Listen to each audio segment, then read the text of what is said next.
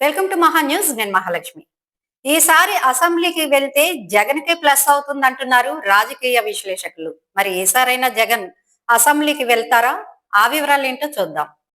ఫిబ్రవరి 24 నుంచి AP assembly సమావేశాలు నిర్వహించాలని ప్రభుత్వం నిర్ణయించింది. ఈ మేరకు గెజిట్ నోటిఫికేషన్ను రాజ్భవన్ విడుదల చేసింది. ఈసారి 3 వారాల పాటు అసెంబ్లీని నిర్వహించే అవకాశం ఉంది. ప్రతిపక్షంగా ఉన్న వైసీపీ వస్తుందా రాదా అన్న దానితో నిమిత్తం లేకుండా చాలా అంశాలపై ఈ సభలో చర్చించనున్నారు. ముఖ్యంగా ప్రజల ముందు పెట్టాల్సిన చాలా సమాచారం ఉందని, రాష్ట్రాన్ని ఏ స్థాయిలో వైసీపీ నేతలు దోచుకున్నారు, ఆ లెక్కలన్నీ ఇప్పుడు ఆధారాలతో సహా బయట పెట్టాల్సి ఉందన్న నిర్ణయానికి వచ్చినట్లుగా చెప్తున్నారు.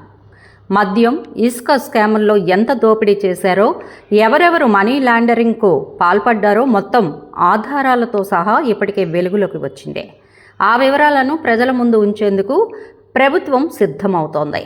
మరోవైపు జగన్మోహన్ రెడ్డి తాను అసెంబ్లీకి రానని తాడేపల్లి ప్యాలెస్ నుంచే ప్రశ్నిస్తానని అంటున్నారు.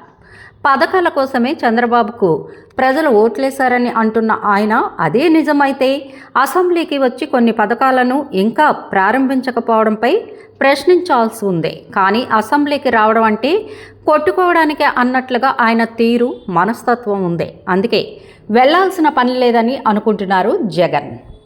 ప్రజాస్వామ్యంలో అసెంబ్లీకి వెళ్ళని ప్రతిపక్షం ప్రజల మద్దతు కూడగట్టడం అసాధ్యం అవుతుంది.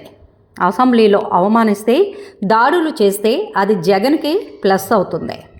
ప్రజలు అలాంటి వాటిని సహించరు. చంద్రబాబు కూడా అలాంటి వాటిని ప్రోత్సహించరు. అయినా జగన్ ధైర్యం చేయలేకపోతున్నారు. సంఖ్యాబలం ప్రకారం మాట్లాడే అవకాశం ఉంది. చంద్రబాబుతో సమానంగా మాట్లాడే ఛాన్స్ ఇవ్వాలి. ఆయనతో పోటీగా ప్రోటోకాల్ కావాలి అంటే ఎవరు పట్టించుకోరు. పరిస్థితులకు తగ్గట్టుగా రాజకీయం చేయడం చాలా ముఖ్యం. కానీ జగన్ ఆ పాయింట్ని మిస్ అవుతున్నారు. ఈసారి ఆయనపై అనర్హత టార్గెట్ లక్ష్యంగా ప్రభుత్వం అసెంబ్లీ సమావేశ తేదీలు ఖరారు చేసే అవకాశాలు కనిపిస్తున్నాయి. జగన్ ఉన్న 60 రోజుల పీరియడ్ను పూర్తి చేసి ఆయనపై తదుపరి చర్యలు తీసుకోనున్నారు. ఈలోపు చాలా రాజకీయాలు జరిగే అవకాశాలు ఉన్నాయి. జగన్ సజ్జల మాటల్ని నమ్మి రాజకీయాలు చేస్తారో, కాస్త ముందు చూపుతో వ్యవహరిస్తారో చూడాలంటే మరికొన్ని రోజులు ఆగాల్సిందే. చూద్దాం ఏం జరగనుందా. మా వీడియోస్ కనుక మీకు నచ్చినట్లయితే లైక్ చేయండి, షేర్ చేయండి, సబ్స్క్రైబ్ చేయండి.